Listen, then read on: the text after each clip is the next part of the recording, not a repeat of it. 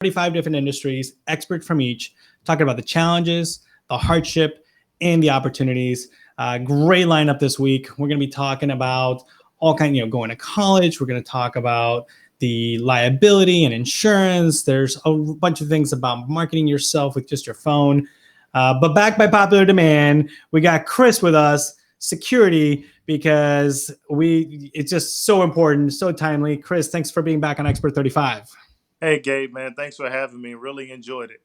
No worries. No worries. Expert 35, text Expert 35 to the number. You can follow us, follow the feeds, follow the conversations. And of course, if you want to talk to a security expert, text Expert09, Expert09.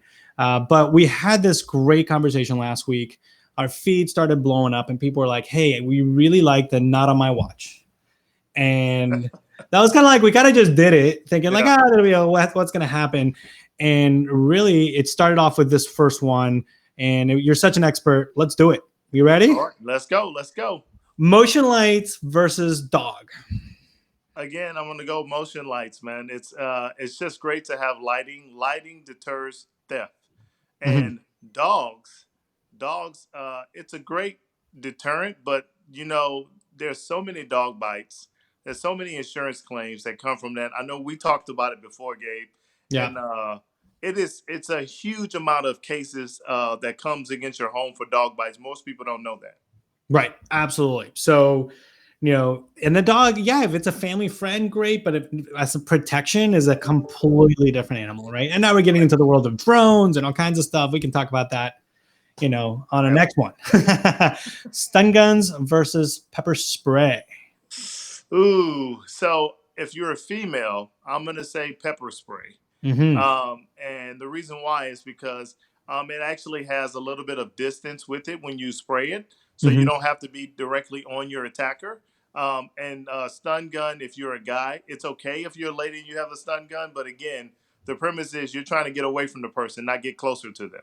Right. And I mean, all these have services included. Like you got to make sure that they're not expired and make sure they're charged. I mean, so it really depends on your preference and where you're carrying it, right? Because I've seen really small peppers, especially for running. They make them gloves that you can carry on it. So it's on your keychain. They have them that way. They have definitely different formats that you can use for that for sure.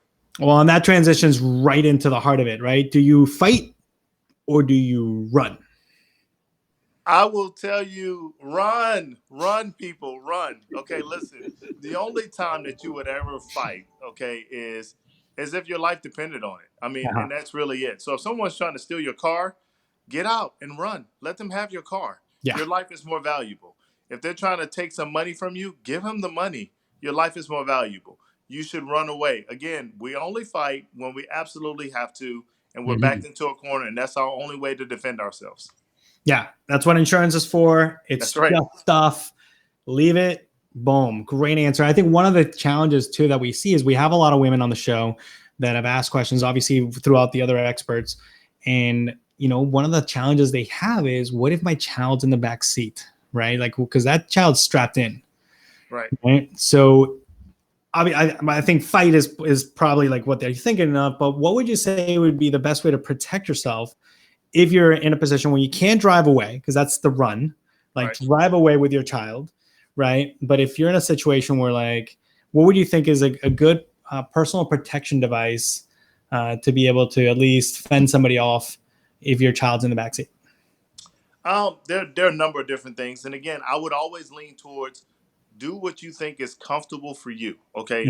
A lot of times people lean on an expert opinion and they think that's what they have to do. But I would say do what you feel comfortable with. In that case, it could be pepper spray. It could be something that catches them off guard. It could be something super simple as that. And you don't feel as though you're putting your family in danger. Right. A lot of people say carrying a firearm. Again, if you carry a firearm, that means you actually have to draw a firearm. If you draw a firearm, that means you actually have to have it loaded. Do you have it loaded in your car? Do you have a concealed carrying license? There's so many different things that go along with that. So be sure to, I think it's a great question, but be sure to, again, go through all avenues And then again, I am a security. I'm not law enforcement. So I will Sure. tell you from law enforcement standpoint, I'd probably partner with law enforcement and say, hey, in these type scenarios, how would you expect us to best defend ourselves? I can tell you from my family standpoint, we would have some sort of pepper spray, something that is going to at least give us a second or two of a Right. distraction so we can move on. Right. No, absolutely. And it's really do what you feel comfortable, That's because right. if you're not comfortable, you're not going to do it. I love this comment from the crowd. My dog would give me up for peanut butter anyways. That's great. So here we go. This is actually, I mean, maybe jumping the gun a little bit, but what's the best component to having in security systems? Oh, that's a good question, Christina. So I'd probably say the best component, um, well, the best of all is going to be monitored, but it's going to be verified monitored, Hmm. because anytime you can get something verified is the best component. If that's not the avenue that you're in, I would probably say definitely have sensors on your doors, Yep. um, and definitely have some sort of glass break sensor as well, because you want to be able to hear for glass breaks, or if Hmm. someone is doing something that's going to break that. And then a door chime or any kind of chime from a door or sensor is always a great thing. A lot of people Right. don't think it works, but it really does. Yeah, and just that little ding dong, right? Because it might be a door that you don't use very often. That's right. In some of our cases, we put it in even in like areas that we know, hey, this is like a confined closet or something that we just don't want people to access, and having that notification. I even put those sensors inside of my safes. So if the safe gets open, it sends me a text message. That's right. And And there's technology nowadays that it will communicate with you anytime that door is open. So I right. mean that's a great way to monitor your system. Great question, Christina. All right, we're gonna get into some of the cool like show and tell. Let me take myself off camera. There we go, and we'll do home safe versus a safety deposit box. So again, this is going to be personal preference. I would probably say a home safe, but it depends on what you're storing and what you're trying to keep. If you have we like to call it a go safe. Hmm. Those are going to be quick access items that you need to get in a hurry, Yeah. i.e., security cards, i.e., birth certificates, those types of things. If you have like jewelry, I would probably put that in maybe a home safe, maybe not a go safe, maybe something that's bolted to the floor, or a safety deposit box based on your convenience to be able to get that. But it's really all about accessibility. Yeah, I think that's a big part. So now let's talk about, you kind of started touching it. Like, do we do bolted or portable if we're doing a safe at home? Again, for me, it depends on the valuables. I would probably say portable, only because you want to be able to get it and go in the threat of something that is major is going to happen to your home. So it's something catastrophic, a Yeah. fire or water damage. We're in Houston, so it floods. So Hmm. just making sure you can get it and go versus having something that's bolted down. Well, and the disadvantage of that is if you can get it and go, so can the thieves, right? So, Correct. so That just is the disadvantage. So you definitely want to make sure that your safe is in a safe place. No pun intended. that's hilarious, right? And along the same lines, fireproof versus just a regular safe. Oh, absolutely. I mean, do not buy a safe that is not fireproof. Now, that doesn't mean that your documents won't get hot inside of there if there's a fire. It also doesn't mean that you won't have some water damage if the fire department comes in and is putting the fire out. But you still will have them protected, and that's the most important thing. Great, great. All right, this is a quick question from the gallery. Most secure, a personal alarm, such as like a whistle or something like that, or a phone? What do you recommend? Oh, more secure is going to probably be a phone. If you're talking about a whistle for an alarm, that's not going Hmm. to work. Well, and that's what's interesting, right? I mean, I think the world has changed.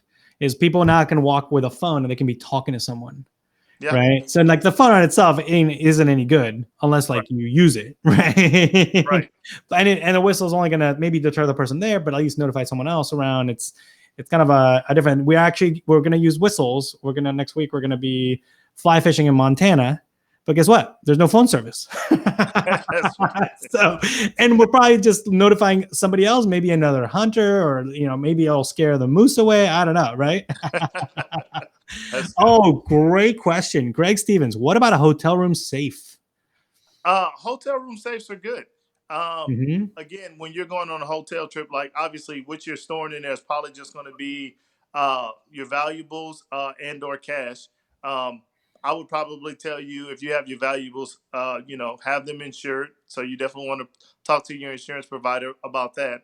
But yeah, hotel rooms or safes are fine. And just Absolutely. right along the lines of hotel rooms is let's talk about the deadbolt. Let me see and put it on there versus the chain. Oh, yes. Okay, so for your home, if I'm talking home, I'm gonna Okay. go with a deadbolt. The reason being is it's a huge benefit. And if you get an electronic one like pictured here, it'll tell you when the door is open and when it's locked and unlocked. So those are really really critical. Now, if I'm at a hotel, I definitely want to use both of them. I want to use that door lock as well as that chain. The chain is so you can actually see if someone's coming up, and it gives you a little bit of safety. But the bolt lock is what's really going to keep you secure. And in a hotel, they actually have access to that. So you want to use that chain lock every single time you're in a hotel. Right, because they have full access. Actually, this is a great question. Christina has a follow-up question is that she's talking about these safes and making them fireproof. Work. How can they get one of those? Oh, so many different places. So you can actually, not to pub any other thing. You can go online and you can look at it. Depends on how big and what you're looking for. But you can also go to your local store, like an Academy or any sporting goods store, and they would have those safes available for you. Perfect. All right, here we go. So now we're going to talk about traditional versus verified protection. All right. So traditional is basically what almost every alarm company has, and Mhm. that's going to be your motion detector. So if you see those little red areas there, those are motion detectors, and it shows what a motion will cover. Versus verified protection is wall to wall, floor to ceiling protection. So it covers everything in the red, and then your traditional is just your again motion detectors, which is about 25% of your business. Well, let's talk about what's the results, right? What's the delay response? That's the real factor behind them, right? 100%. So a delay response is going to be your traditional system. Once someone gets into it, if they set off a motion detector, they're going to set it off. Then they're going to contact you. They're going to contact the employer and say, hey, do you want us to call the police? Then the employer is going to say yes. You're not even done talking. The guy already left the building. Yeah, he's already gone. And if you have a verified response, it's literally a break-in and the police are dispatched. That's Right, it. So right. it's so much faster when you have a verified response system. That's awesome. All right. Well, my favorite part of the Expert 35 show, 3 things to do now, keeping us safe. Go. Top 3 things. First one is make sure that you lock everything up. Every time I talk about security, I always say lock things up, be aware of your surroundings, always look around. That's the most important ways to keep yourself safe. The second thing would be if you have questions, make sure that you consult a security professional. That's what they get paid to do. They're there to help you watch your blind spots. And then the third thing is going to be looking at just this overall response time. If you have questions about anything that has to do with just your personal safety, definitely you can reach out to law enforcement, or you can actually set up times to do any kind of webinar, go to any kind of website that has to do with police response and the things that they're doing, and they'll have resources there as well for you. Man, super timely. Great having you on the show. I love that we got you back, at least for a quick spitfire. And that was awesome. It I was really fun. like some of those questions. Some of those questions were good, and it gets me thinking. I think it got you thinking too. Yes, yes.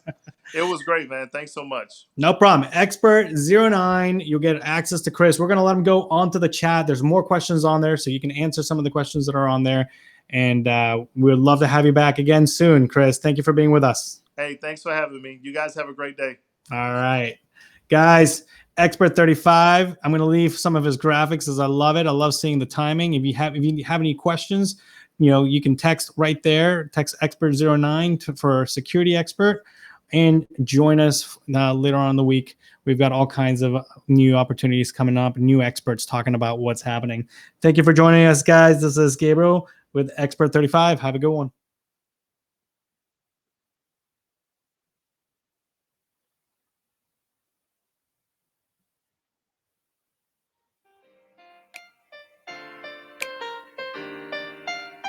We educate during difficult times. We collaborate at Expert35. This is for a better tomorrow and a better today. Let's come together, and together we will find a way. You got questions, we got solutions. You got problems, we got resolutions. Visit Expert35.com. No need to worry, just remain calm. No more pain, no more sorrows. We provide solutions for a better tomorrow. No more pain, no more